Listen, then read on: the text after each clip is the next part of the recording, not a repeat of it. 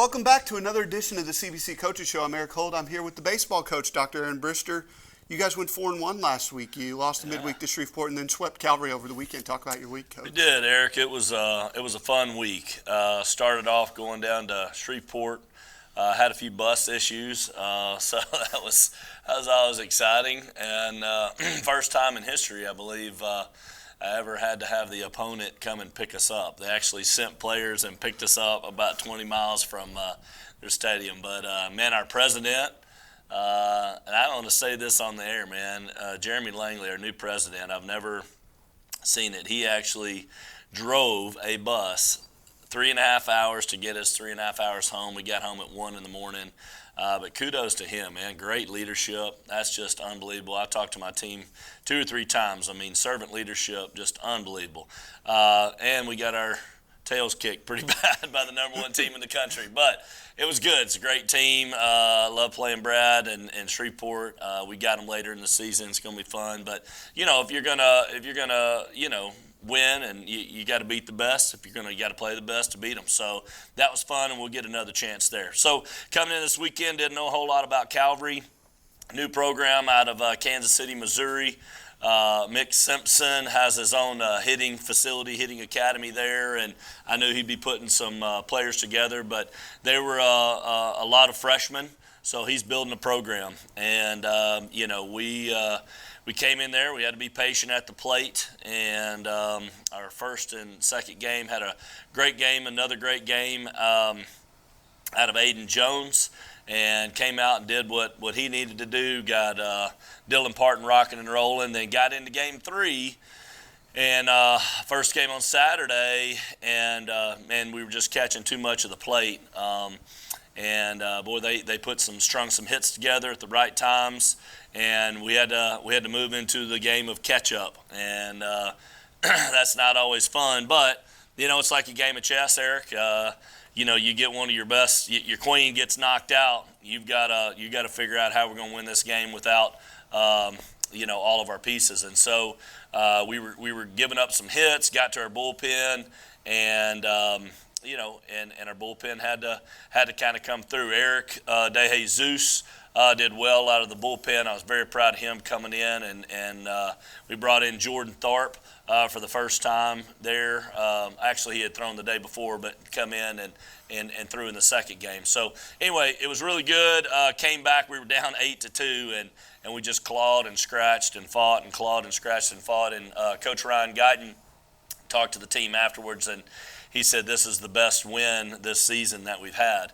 And that's kind of ironic. You're playing a new team, of freshmen, guys that maybe aren't as talented right now, that are learning the game and all that. But you've got to win those games. And so the reason it was the best game to him is because we scratched and clawed and came back. We had some good leaders step up. We had some big home runs this weekend. It was kind of nice. Had warm weather and had 2 grand slams on the weekend, and that's always fun, And so that's a quick way to jump back into a ball game when you're down. And so that was nice.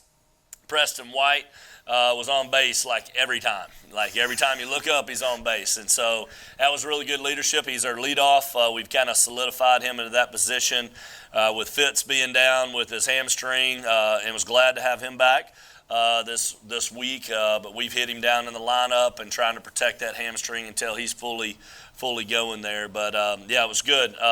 Daphne came through, had been slumping a little bit, and trying to figure it out, and he had a nice home run.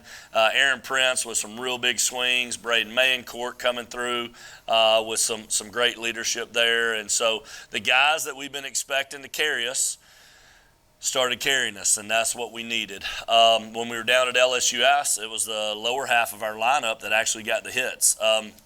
George Estacio still staying consistent, doing what he does, taking good at bats, getting on base for us. George is always a good fire plug for you. You need some of that in your lineup, and he's going to be consistent every time he goes up there. So we've I'm not claiming to be anything like LSU University, Louisiana State University, but he won a national championship by having a new lineup every game. We have had a new lineup every game for 23 games this year. So I don't like that. That's not my style. But, man, we're just trying to figure out how to put the runs across at the right time. We've got a lot of really good players. They're all behind each other, fighting for each other, and that's what we're going to have. And so coming into the week of conference, we got a doubleheader tomorrow against champion Christian. And excited about that. Always love playing Josh. Good club. They're always going to battle and test, and hopefully going to have them in the conference in the next couple of years. And then we go north, head to Pharmacy, and looking forward to playing them. It's a 3-game series this year rather than a 4. Mm-hmm. So, man, that 9-7-9, the bullpen's going to have a lot of play in there. Getting through 9 innings, we've tried to stretch our starters as more than I ever have in 21 years. Aiden Jones has thrown 3 CGs, complete games, and we've taken part in the distance, and he's done well in a few games. And so I've been trying to stretch those guys to get ready for those 9-inning games. And so to have 2 9s on the weekend rather than 4 7s is going to be a big deal. So if the Aiden Jones and the Parton and the Meyer and those guys that got in the mix, if they can give me that 7 and a 9, or they can get me 6 and a 9, it really helps our chances when those guys are rocking and rolling. Everything, when you're looking at another team, as soon as they see somebody come out of the bullpen, they feel like, oh, we got a chance. Doesn't mean that your bullpen's not better than your starter sometimes, but that gives them just that sense of confidence. So we've been riding them a little longer this year.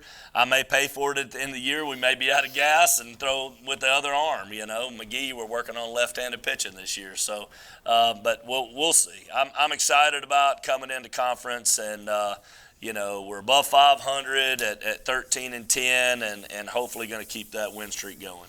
Talked a little bit about Aaron Prince, but he's your 8-hole hitter. He had 11 RBIs this week. Talk so about that. I don't know if I should leak this information out, but if you've followed Coach Brister ever in my coaching career, the 8-hole is my secret weapon. And we've gone through players like Willie Baez, Austin Teal. We've moved some guys down in that 8-hole, trying to get more fastballs in that 8-hole. If we've got a guy that's in a slump, got a guy that's struggling, you think about the pitchers, 7, 8, 9 coming up, let's just go get them, and they come right at them.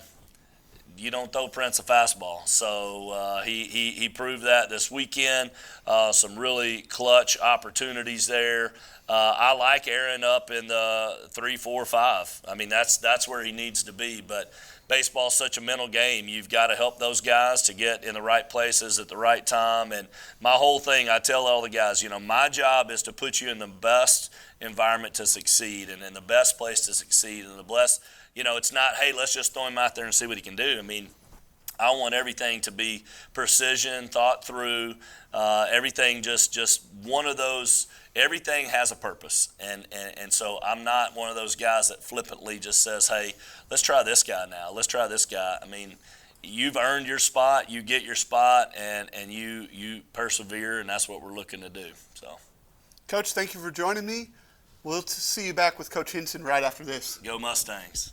Back here to wrap up the CBC Coaches Show for this week with softball coach Keith Hinson. You guys went 4-0 this weekend, Coach. Talk about those 4 games for us. Yeah, I tell you what, it was a good deal. I knew our home stand, first home stand of the weekend, of the year, they were excited about it. We were too.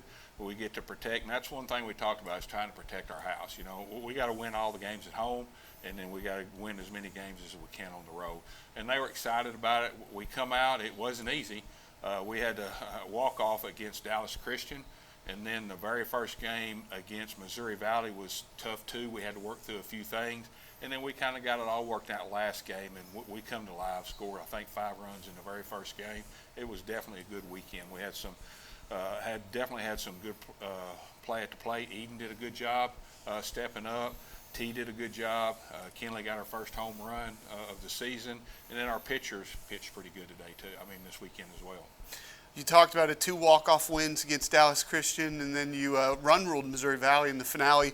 And then you mentioned Eden East, 4 RBIs in that second game, and then Bella and Riley both stepped up. Talk about both of them this weekend. Yeah, they did. Both of them finished the game. It's one of those things where, you know, when I've got one of my pitchers in there, we talk a little bit. We'll go out to the mound. Sometimes we talk about, you know, how are you feeling? You know, I'd like to get some good response back from my pitchers, and they're pretty honest with me. They tell me how they're feeling, and are they hitting their spots, not hitting their spots. You can see 90% of it, but, you know, they mentally have to be there. So when I'm out on the mound, I'm trying to make sure that they're mentally there, they feel comfortable, and they think they can finish the game. Supposed to play tomorrow. That one's gotten moved. So this weekend, you guys go down to Gulf Shores, the last tournament of the year before everything starts kicking off. Talk about the Gulf Shores tournament. Yeah, we're pretty excited about that. The girls are real excited about that. They like to go down there and play. We get to see teams that we never see until we get to postseason, so we're always excited about that, which actually we're going to have I guess a rematch against William Wood, seeing how they're not in the conference this year. That's actually one of our games down there. I know that William Wood is looking for it, I promise you, because we knocked them out of the tournament, and I think our girls will be ready for it too. Coach, thanks for joining me, and thank you for watching this week's edition of the CBC Coaches Show. We'll be back again next week. Thanks for watching. Go Mustangs.